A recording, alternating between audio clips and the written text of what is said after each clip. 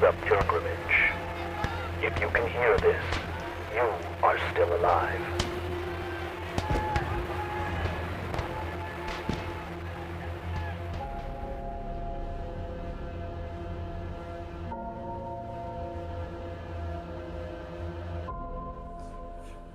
Welcome back to the front lines. This is The Pilgrimage, where we talk about everything Trench Crusade. I'm your host, Gunnar, and I'm joined by my co-host, Chance. How are you doing, Chance?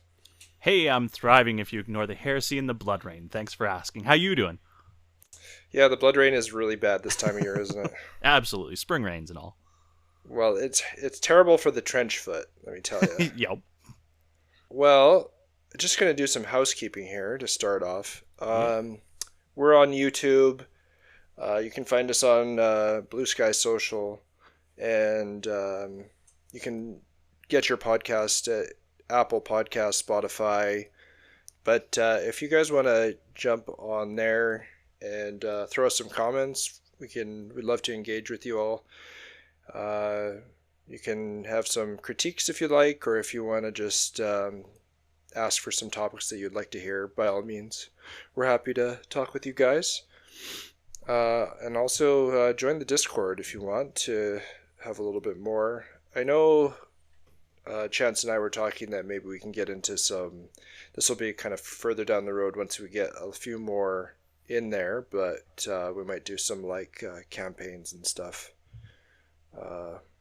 once everybody gets their models and such. Anyway, so we got some new news as far as Trench Crusade, although we're a little bit late on this episode.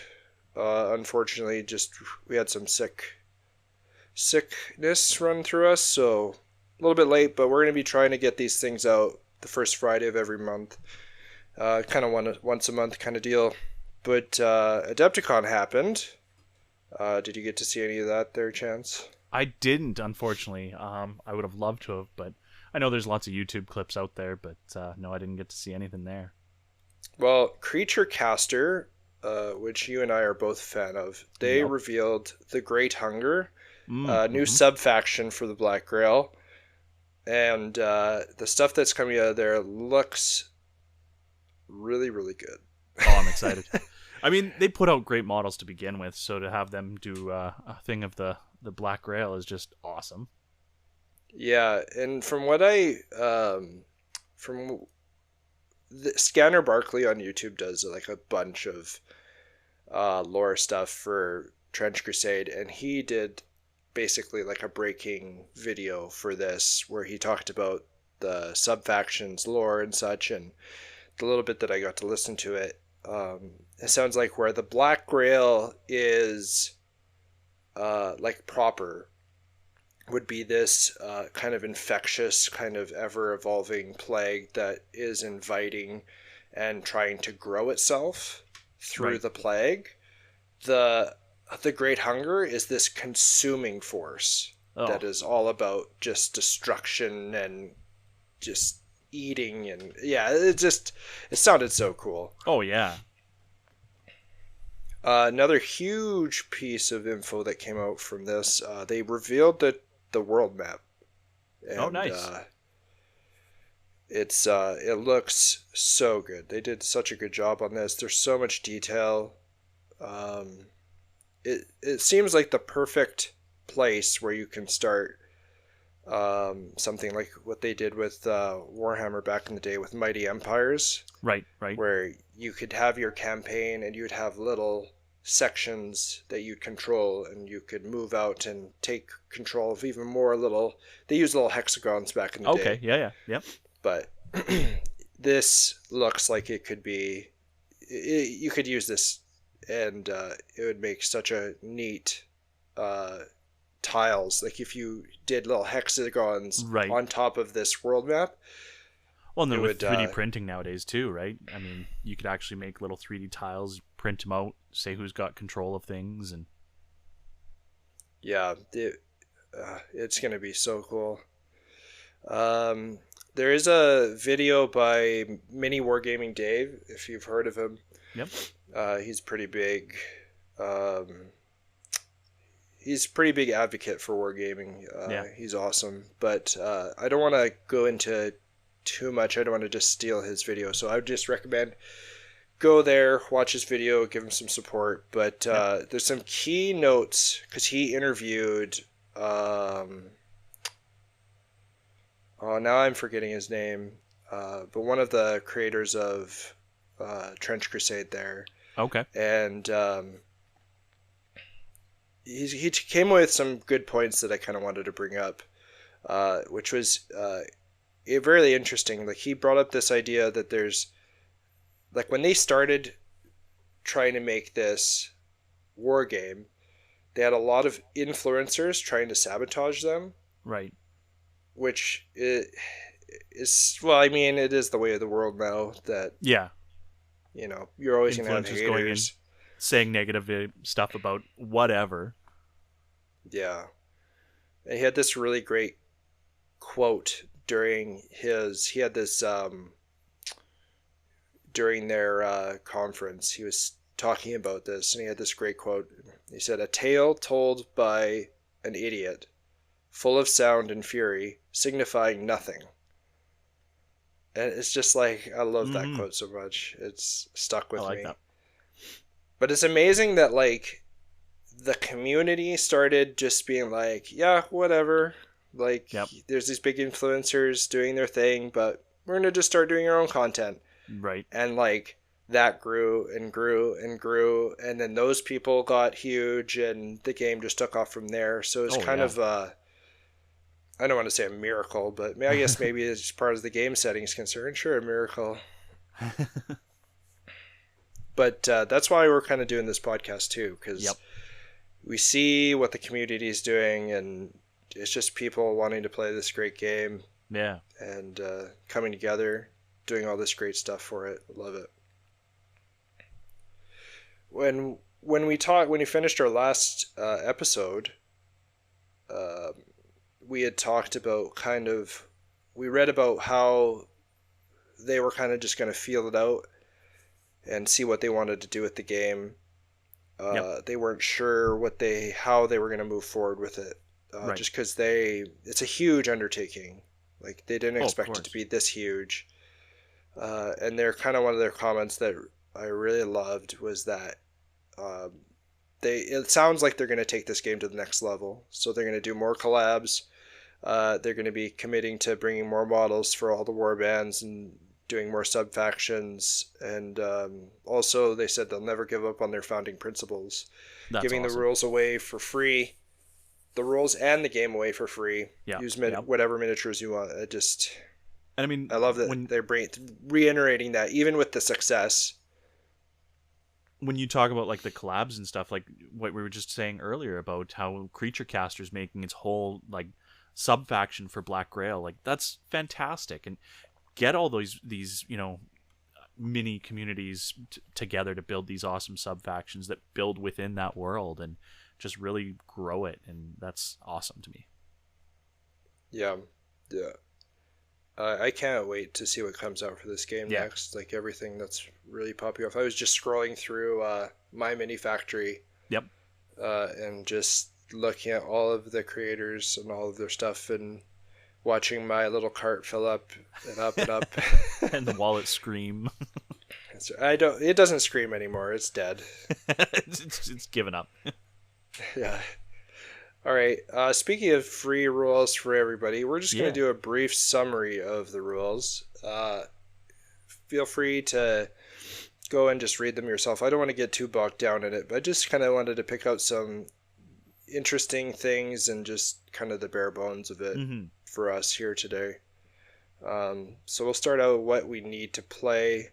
Of course, you'll need some models. They recommend about 6 to 20 models at a 32 millimeter scale. But really, they say this even in the rules. Like, there's no ironclad rule. Play the scale you want. If you want to play with G.I. Joe action figure size and run around the house, by all means. But I would just recommend, your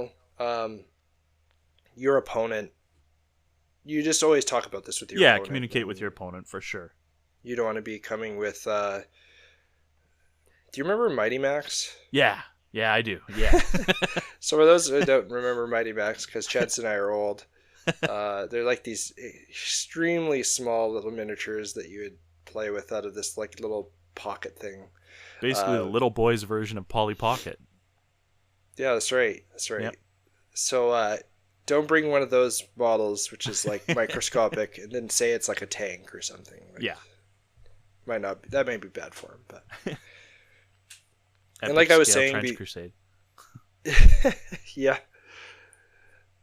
Maybe we should do that. But maybe.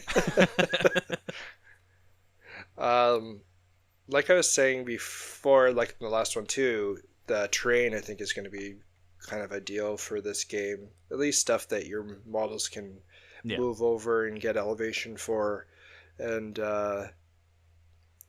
changing up the line of sight because that's going to make your games more thematic. And there's also even rules to getting elevated. You get bonuses to shooting down into people, so Right. it's kind of I think it's almost necessary, but I mean, you and I have played many of war games just on a blank table, so Yep.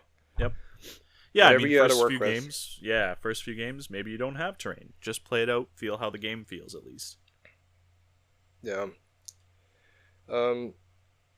They say that so the game is run off D6s, and you should use two different colors, but when I kind of read through the rules, I might two you're gonna get by with two different colors for sure, or even just one color. Like it'll just make it a little harder. But I might actually get like three colors of dice. Yeah. I'll just get like I have we got the starter set, so Yeah, we've it got came those with our ones. it came with our army dice, so I'll use those. I'll maybe pick up some black dice for Right. the minus dice that you would do for your rolls, and then maybe some red dice for blood markers, because Yeah. tracking blood markers are going to be very, very big for this game. Like if you don't have something to track it, you're going to miss it, like, Yeah. guaranteed. Oh, yeah. Forget about it. And for you sure. will lose games based off of not tracking blood markers appropriately. Yeah. Like they're huge. And maybe there is blessing markers, and then I think there, like you had mentioned here, that there's infection markers too. Yeah. So Yeah. That's just called to the Black Grail. Yeah. yeah. So I don't know. You could get kind of nutty with your little extras here, but Yep. However you makes it easier for you to get through the game faster, and you can track and make sure you're not missing rules. That's always better. And they also don't say anything about activation tokens, but something to think about. Just something to mark 'cause- that they've taken their turn. Exactly, because when you go to your game turn, it's going to be alternate activations for you and your opponent. I go, you go. Yep. And then all of a sudden, your sniper priest is going twice in one turn because you didn't mark their activation that they've been activated. It makes it for feels bad moments, but but if you remember, and that's good. Yeah. I know if I'm getting up to 20 models, I'll need something to figure It's it too out. much. Yeah. Gets a little busy with how everybody can do so many things, right? I guess if anybody wants to comment on how you can make happen on your modeling or such, comment on the channel or however you can find us in the Discord. Let us know how you're modeling your models to show that they've been activated. That'd be cool. Definitely, yeah. Love to hear some of that. So what I like about when you activate a model, you can basically do as many actions that model can carry out that you want, in whatever order you want, but you can't use the same action twice. Oh, okay. And then there's going to be risky actions. So certain moves that you do, or actions, for lack of a better word, they'll have a risky kind of keyword title to that. So you must, if you fail the action roll for that particular move, your turn just ends. Oh. Yeah. So they can be really good. Like you can move twice. Yeah. But your second move's going to be risky. So. Oh, okay. So is it risky just because you're doing the same one twice? That's just particular to the move Oh, action. okay. There's Gotcha. actually I believe it's called dash. Oh, okay. So that what's going to give you. Uh, so I should say, when you do your move action, you don't have to roll for action dice for that. You just get Right. to do it. Yeah. That's the That makes only sense. action that you get to that you don't have to roll your action dice for. Yep. Every other action you roll that you have to get the 7 up on 2d6, and if you make it, then you carry on with your next action. If you don't make it, you still carry on with your next action unless it's risky. Right. Yeah. But the move action itself, which is a little bit confusing, but it consists of you can do one of 3 things: a standard move, a charge, or a retreat. Okay. And then there is the dash action, I believe it's called. Let me just look that up really quick. Yeah, dash action. So it lets you do the standard move in that move action of those 3. Mm-hmm. So it lets you do it again, but Oh, it's okay. risky. And what the standard move is just your move profile in inches. Right. Yeah. What I love is that charge always gives movement. Oh, beautiful. So, I was just curious. What do you think what's the worst feeling in 40K? For me, usually just after turn 1 and when I realize I'm losing. But I know where you're going with this. Fair enough. See, I think I hate losing a 3-inch charge. Yeah. Oh, yeah. 100%. It's like game breaking for me. Yep. But I love that the charge, it's like your move characteristic plus a d6 to a max of 12. Well, that's pretty awesome. And no matter what, you get to do that charge move. Yes. Okay. But you need line of sight or it's risky. Oh, okay. So no charging through walls. You or can, around corners. can, but Yeah. Yep. That's right, around corners. Yeah. But yeah, I've seen there's some models. I looked through all the models, and there's some that have just a base 8-inch movement. Yep. Like the stigmatic nuns that are in the trench pilgrims. Right. So that means minimum 8-inch charge. Well, it'd be 9, right? Plus 1. Right. You're right. Yeah. So straight up, that's a guaranteed 9-inch charge on those. That's models. awesome. So amazing. Yeah. It makes it. And it makes it scary because there's a lot of scary models, especially for my flimsy little trench pilgrims. Assault keyword is really good too, so that lets you it lets you shoot a weapon with that keyword. Oh, okay. And then charge as well, because usually if you shoot, you give up your way to charge. Right. But with assault, it's like they're charging forward with guns blazing. Yeah. Yeah. So assault keyword, look for those. It's going to be really good. This one of the more thematic rules that I found. This diving charge sounds amazing. Okay. So you're jumping from an elevated position and charging into them from elevation. And it gives you +1 dice to hit and injure, and then ignores the defended obstacle bonus, which would be it's like if you're meleeing someone over an obstacle, like some barbed wire or sandbags. There's negatives to doing that, but you would ignore that if you're jumping on them from height. So like if you jump down from the ground level down a trench, that's enough to be considered elevated? I believe I forget I think it's 3 inches. Okay, so yeah, probably what a trench is going to be in the terrain sort of thing. It'll be close, yeah. It'll be very close, yeah. I think that would be, as far as what they were thinking for the game, as people diving into trenches, I think that would be the the amount of distance that they were kind of looking for. So Yeah, for sure. Seems thematic. Yep.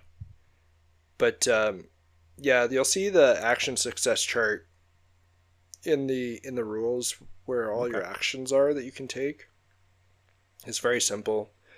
2 to 6 is a failure, 7 to 11 success, and then when you're making a ranged or melee attack, if you get a 12 plus on that action roll, it's a critical success. Okay. And that means you get to add 1 dice to the injury roll.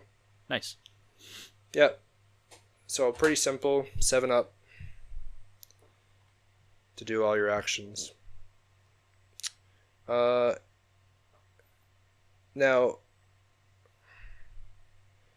the retreat move lets any models attack the retreating model with melee attack. So just remember that. If someone's retreating from you, give them a shot before they leave. Yep, fair.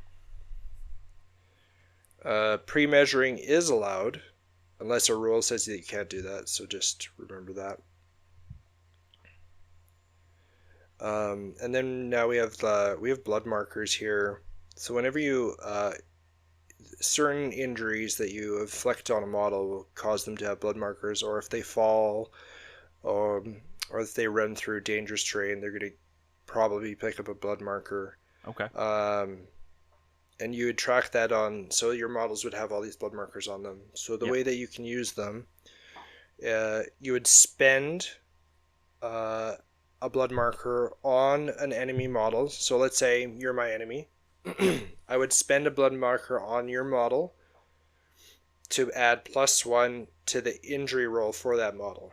Oh, okay. So it makes it more likely you're going to get that injury then. Yeah.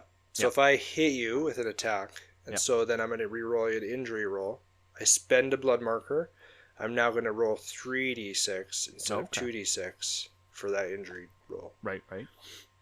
But like in this game, when you're adding dice, so for every plus dice, you're going to take the 2 top dice and get rid of the other ones. Oh, okay.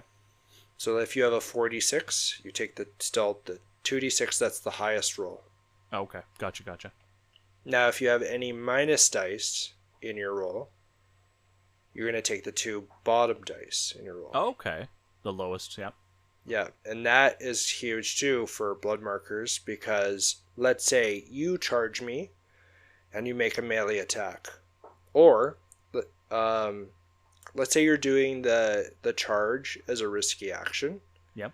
I can spend the blood marker, that's on your model to add a minus dice to that model's action roll. Oh, okay. So it's making it more difficult for you to make whatever action that you're doing. So those get minus to the total then. That's right. Yeah, okay. So you would, let's say you're trying to make the charge. So you're doing a charge that's out of line of sight. So it's a risky action. So you have to roll an action roll for that. Yep. I use the blood marker. That's adding a minus dice. So you're now rolling 3d6, taking the lowest 2 dice. Oh, gotcha. Yep. You can spend more than 1 blood marker. So if you have 3 on a guy and I want to really make sure that he gets taken out, I can say I'm going to spend 3 blood markers. It's going to add 3 dice to that injury roll. Oh, wow. So now you're doing 5d6, taking the top 2. Oh, wow. And then there's this other thing called bloodbath we'll get to, but yep. Then we have the blessing markers. It's just think of it as that they're opposite of the blood markers. Okay. So if your model will have the blessing marker. If you get injured and someone's doing the injury roll for you, you can use the blessing marker to add a minus dice to that injury roll. Right. Or you can take that blessing marker and add a plus dice to your action roll. Oh, okay. So it's kind of like the opposite of the blood markers, but for yourself and not the enemy model. Yeah. That makes sense. Yeah, so it's a I like that it kind of plays off each other, so it's a little bit easier Yeah. to remember. A little bit. But, Yep. I see you have a note here for infection markers. Tell me Yeah, about so the those. infection markers, from what I've been reading, because they're specific to the Black Grail, infection markers act the same as blood markers, and you can have up to 6 infection markers along with 6 blood markers. They act the exact same, but only Black Grail can give you infection markers. How they work, though, is if you don't have an infection marker when the model is activated, you don't get any new ones unless a weapon gets shot against you that adds one. But if you've got an infection marker when you activate a model, it gets +1 infection marker on it. Oh, so it grows. Yeah. Ooh. Yeah. That seems spicy. Yeah. Yeah. Yeah. Could be real interesting. So your army kind of just wants to hit as many things as it can. Yep. Just let it go. Infect and let it grow. Gross. Yeah. All right. All right. So that I was talking about that bloodbath. Yeah. So you spend 3 blood markers if the model is downed, Mm-hmm. or 6 blood markers just at any time. If a model has 6 blood markers on them, you would add 1 dice to the injury roll, but instead of taking the top 2, you just add all the dice together. Oh. So, yeah, you can get like an injury roll of 18, Yeah. which kills anything in the game. But I would like to know, maybe someone out there knows better than I do, because I have a smooth brain, but how does so let's say you do this. Let's say you do the bloodbath. Yep. So it's a 3d6 added. And then you have, because I'm shooting, or not that part, but let's say I'm using a weapon that will add +1 to the injury roll, because they have that effect on their weapon. So how does that look? Like it's a 3d6 plus 1 dice. Do I add all 4 dice together at that point? Or am I rolling 3d6, taking the highest 3 and adding those together? And then how does that look for like a -1 dice as well? So if I have 3d6 adding that together, but I have a -1 dice on top, like what do I do with that? I tried to look pretty hard and how that interaction would play out. So just looking at it here, so weapons such as the artillery witch's Inferno Bomb would be 4d6 and add the results together. So you've got a 3d6 plus the 1d6. Yes, I did notice that. Yeah. That is a special rule, though, that is specific for the artillery witch. Oh, okay. That is that where that is I see where the described. problem It's is its then, yeah. own ability. Yep. Which could be fine, like if that's how it works and you're adding dice. But how does the minus dice work? Right. That's my even bigger problem. Because if you have a -1 dice on the bloodbath, making it a 3d6 with a -1, are you just taking, so you roll 4 dice, take the 3 lowest dice and add those together? Yeah. I don't know. Maybe someone out there is smarter than me who will figure that out and tell me what the word is, but it seemed weird. We'll get it figured out.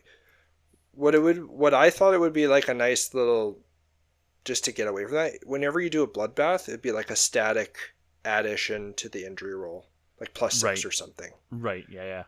I think the math would even out. Yeah. And it would be so... A little more streamlined.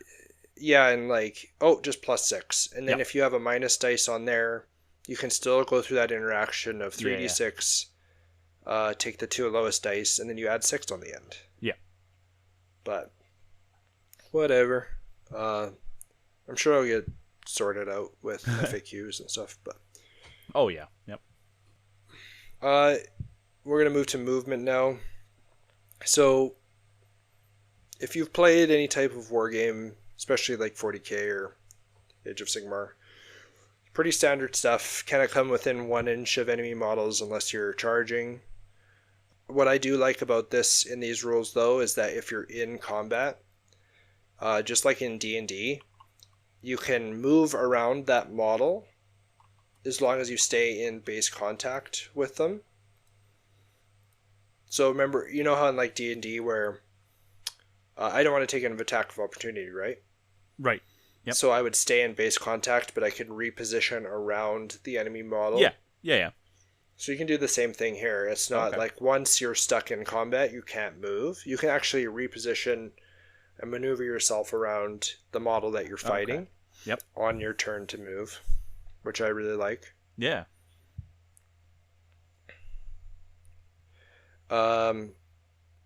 Another reason to have lots of elevation in your terrain is that there is falling in this game. So any fall over 3 inches, you will just take an injury roll. You'll take a... okay. Yep. Yeah. And then it goes up by for every 3 inches that you fall.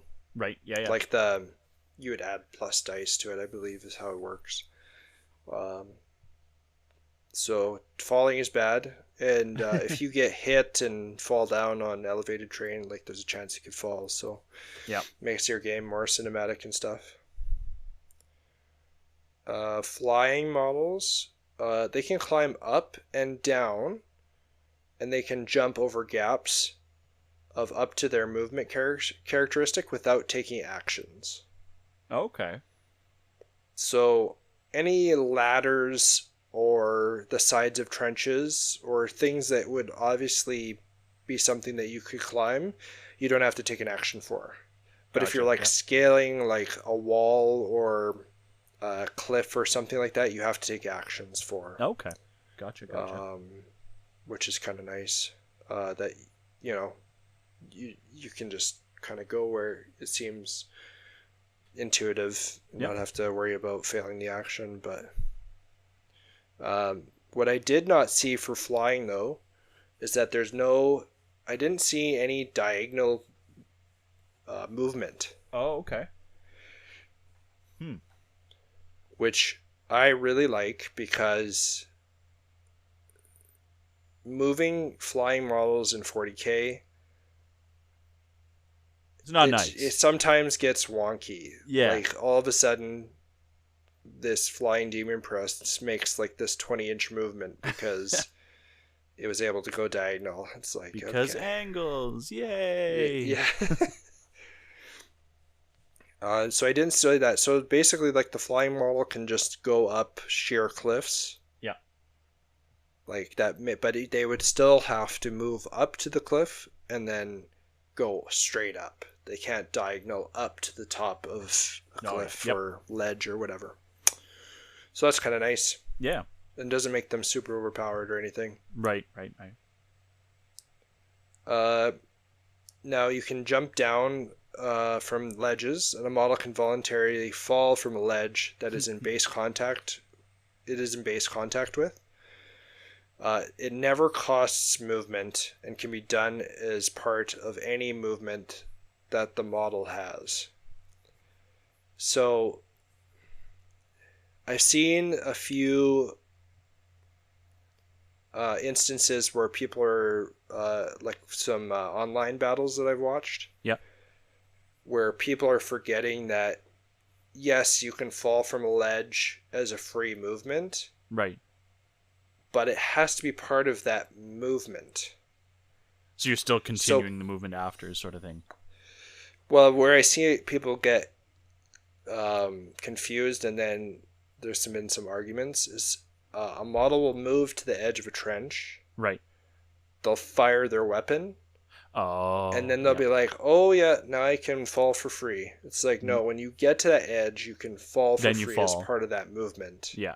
Or not. You can't split up your movement. Yeah. That's right. That's right. So, just a little clarification there. Yep.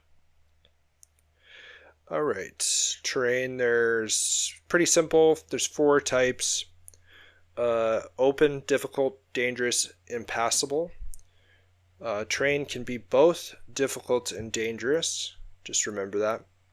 Okay. They just do their own, and they're pretty simple, but just look those up. Make sure you have that in your mind of what at least difficult and dangerous will be. Open and impossible are self-explanatory. Yeah. Yeah, I believe dangerous terrain though is like if you just cross it, I think it just causes an injury roll. Like it's crazy.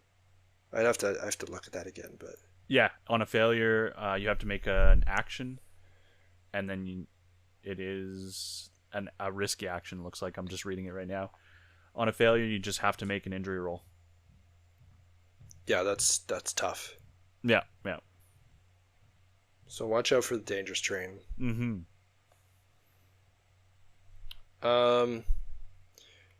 Now we move to combat. We're flying along now. Ranged combat, you can only fire one ranged weapon at a time unless the rules specify otherwise. I think the only thing that I saw in there was that amalgam that you can field that has 1,000,000 guns. I think it can fire Yeah. a few times, but Yeah, I would assume. models can see all around themselves 360 degrees, and they may freely turn to face any direction before firing. Turning does not cost movement. Good. No. So that's nice. Modifiers, enemy in cover is -1 dice. So if I'm firing at you, it's a -1 dice to hit. Yep. Long range is -1 dice. Now this is where it gets a bit confusing. If you have a bolt action rifle at 24 inches, the long range is that distance. The half range is not at long range. Oh, that okay. makes sense. Yep. So when you have your range profile for that weapon, that distance in inches is the max it could ever fire. Oh, okay. Gotcha. When you shoot it in half that range is where you don't take that penalty. So then anything beyond that range is considered long range, or is that just the maximum total period? BL and I cannot shoot that bolt rifle over 24 inches. If I don't want to take that penalty, I have to fire it at 12 inches. Okay, yep. And then shooting from an elevated position, you get a +1 dice to your hit roll. So using elevation is going to be big. Oh yeah. It's like one of the few ways to get plus dice to your action. Yep. So and then from the elevated position just means 2 inches above a small model, or 4 inches above 50mm base bottle. Okay, yep. That's a pretty big base too, so. Yeah.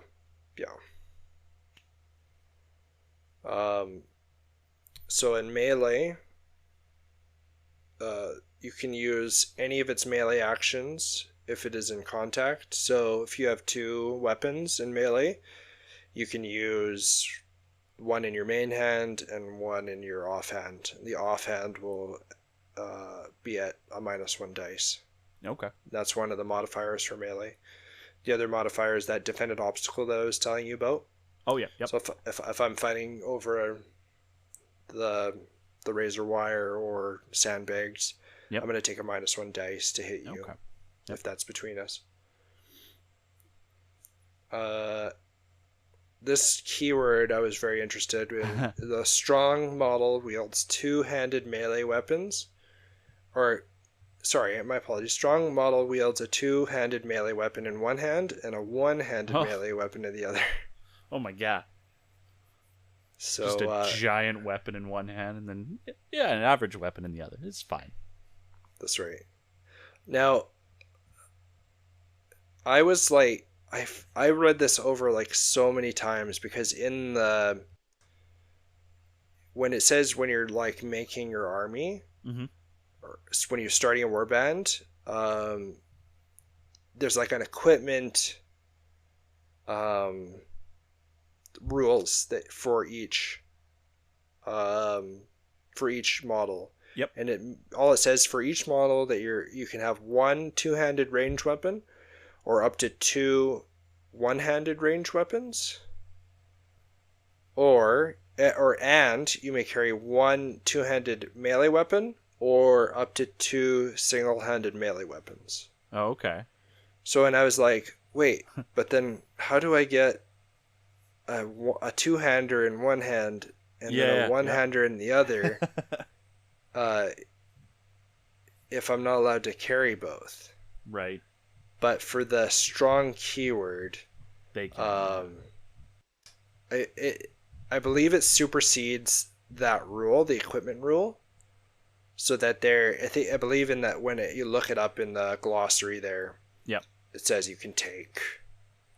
Yeah, and I mean, you're that allowed makes to sense. take a two-hander and a one-handed.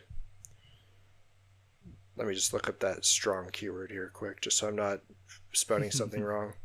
A model with this keyword ignores the rules for weapons, armor, equipment with the keyword heavy, including not being limited to carrying only one heavy item. There it is. Yep. So, oh wait.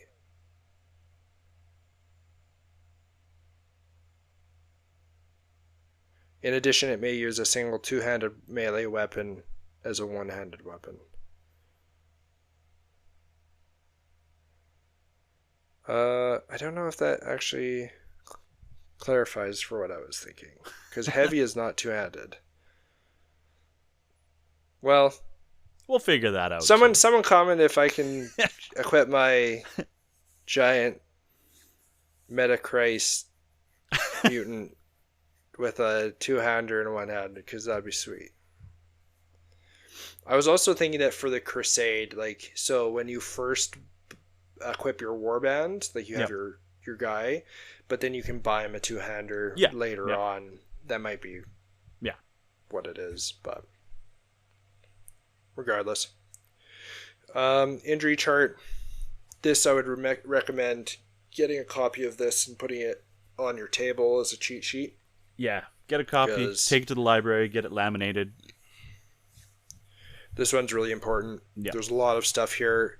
Also, the one that they give you in the rule book has a handy dandy little cheat sheet in it with all the modifiers and stuff for your injury rules, which is really nice. Just having those all there as well. But the numbers are kind of a little bit obscure too. So like a 2 to 6 is a minor hit, 7 to 8 is down, 9+ is the easy one, out of action. If you get a 9 up, they're out. But so this is going to be the first game that I roll really good, and it's bad. Perfect. Well, your opponent's rolling the injury roll. Oh, okay. So I'm still not rolling. Okay, good, yeah. Yeah. So don't worry about that. Don't even worry about it. Yeah. Make sure you just kind of have that ready, because there's going to be lots of injury rolls and you're going to want to know what they are. You'll eventually memorize what a minor hit and a down means. Oh, yeah. But it's no different than like in Warhammer with the to wound, strength versus toughness and that. Yep. Armor in this game modifies the injury roll by the amount. So if you have the heavy armor, I believe it's like -2.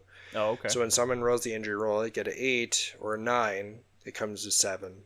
Oh, okay. So it just changes the number. Gotcha. Yeah. So when you see a -2 on the armor, it's not adding -2 to dice. Yeah, it's to just the injury roll. minus. Yeah. It's like literally by a number. Gotcha. Okay. Morale here is kind of it seems pretty crazy. I'm just actually going to read it verbatim. At the end of any turn, when at least half of your warband is down or out of action, roll on the action success chart.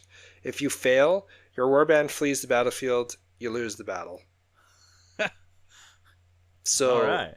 It could be over super fast. Because you could down half an opponent's models in the first Real turn, quick. Yeah. they get a bad roll on the morale chart. Yeah. They're gone. You've got like 6, 7 models, and you take out 4 of them. Yeah. And it doesn't have to even be just like taken out. Like if they're just down, like if they fall over. Yeah. So pretty bad. Pretty awesome though. Yeah, like I feel like a lot of people will be running scared from demons and stuff. So Yeah. It makes sense. I do like the optional rule that they have, which is actually part of the rules in some of the missions that they outline in the back of the book. Oh, okay. Yep. So what happens is when a warband loses a morale test, they can decide instead of fleeing that their warband is shaken, and actions taken by models in a shaken warband are considered risky actions. Oh, wow.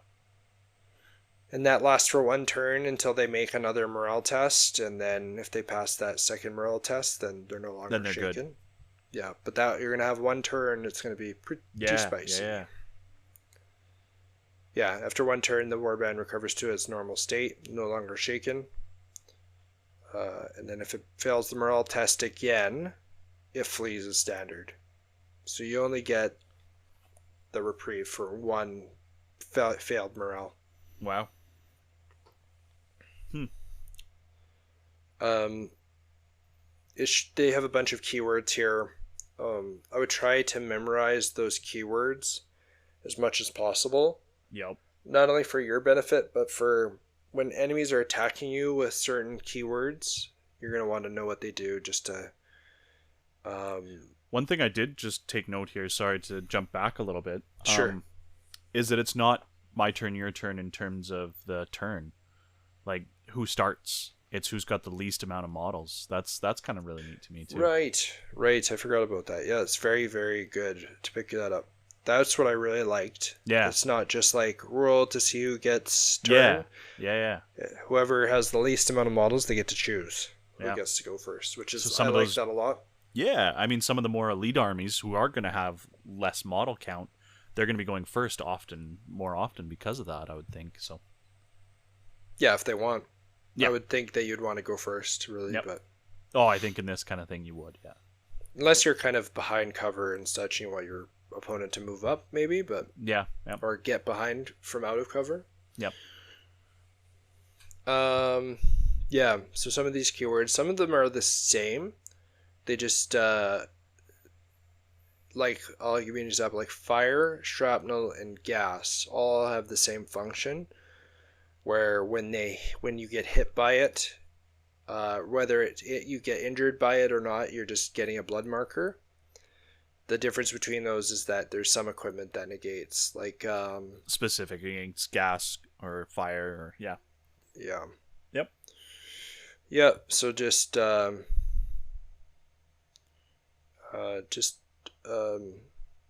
some of these rules are easy to memorize. Just kind of try to find the similarities, and then go from there. I also read that I was reading the golem keyword.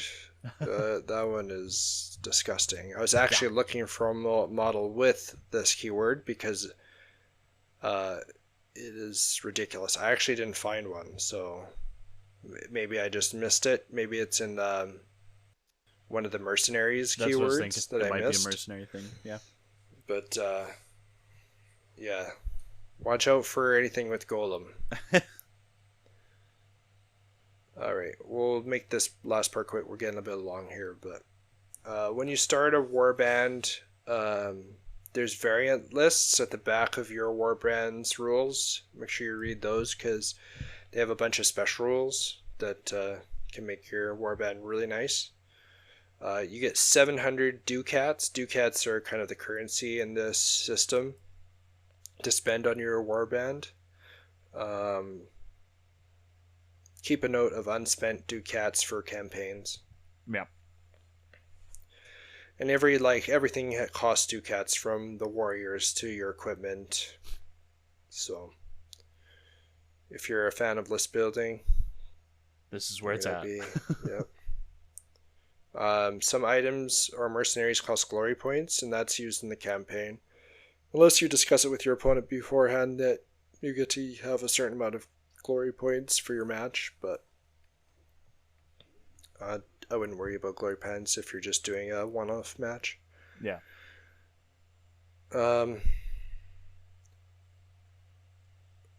Pay attention to like your limits for your models or elite only items. Yep. That's where it's nice to.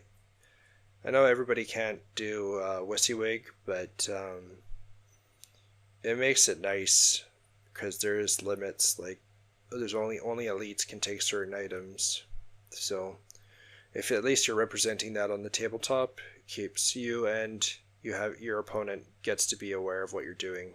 Right. Just in case you mess up by accident and they can call you on it. And for those who don't know, WYSIWYG is what you see is what you get. So it just means that the model has exactly what it's equipped with. Oh, I did make a note here. About what equipment a model can carry. But I don't. That's basically what I said before. I'm not sure on the two-handed weapons and single-handed weapons, but make sure that your mercenaries don't benefit from your warband rules. Right. And they do not count towards your limitations. Oh, okay. Yeah, so if you could only carry 2 elites or whatever, or they don't count towards elites. Yeah. Yep. No. Or there'll be certain weapons too. Right. You can only have one weapon of this, but it doesn't. Yeah. If you have a mercenary and brings it, they're allowed to bring it. Then they have scenarios in the back of the rulebook, which they're pretty. I read through a bunch of them. They look a lot of fun. They're all played. It looks like on a 4x4 table. I like that too. Yeah. They just ask that you have 3 pieces of large terrain, 3 pieces of small terrain, for each person. So you'd have 9 kind of pieces of terrain features that you'd have on there. But the small terrains like the sandbags and razor wire, nothing. It doesn't have to be crazy, but some just your models can hide behind to give you some cover. Typical games are 6 turns. It's about what it is. The one scenario that I just wanted to bring up that I thought was really, really cool, scenario 7. It's this armored train. And basically how it goes is that the train is on a hill it runs through the middle of the battlefield. Right. And it's kind of it's come derailed or stopped there. So each army kind of starts on either side of this hill and runs up to the train to try and get its cargo. Oh, man. So nobody kind of has line of sight off the hop, but then it gets really close quarters. It looks really cool. It makes me want to build this. We're definitely building a train. Yeah. Unholy. We did, but then we need to have an unholy version.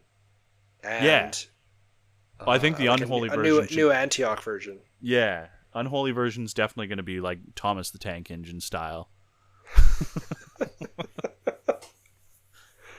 That is unholy. Yeah, you're totally right. They have a random scenario generator at the end too. That's actually quite detailed.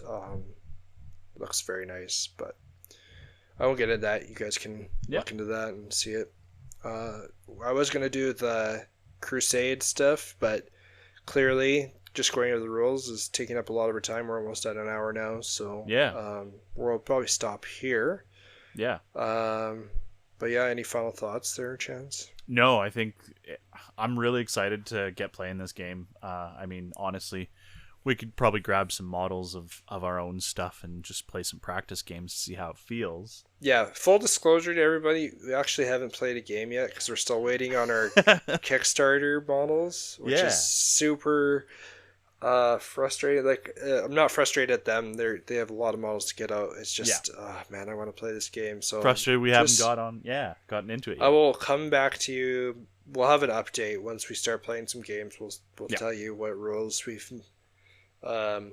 we're actually maybe that bloodbath rule isn't as obscure as I thought it was once I start playing the game. But we'll give you an update once we're balls deep in this game. Yep. But I guess with that, we just want to mention that follow us hit us up on YouTube. Mention us, do a comment or whatever. We'll try to engage with you as best we can. Listen to us on Apple Podcasts, Spotify. Until next time, keep marching and don't shoot until you see the red in their eyes.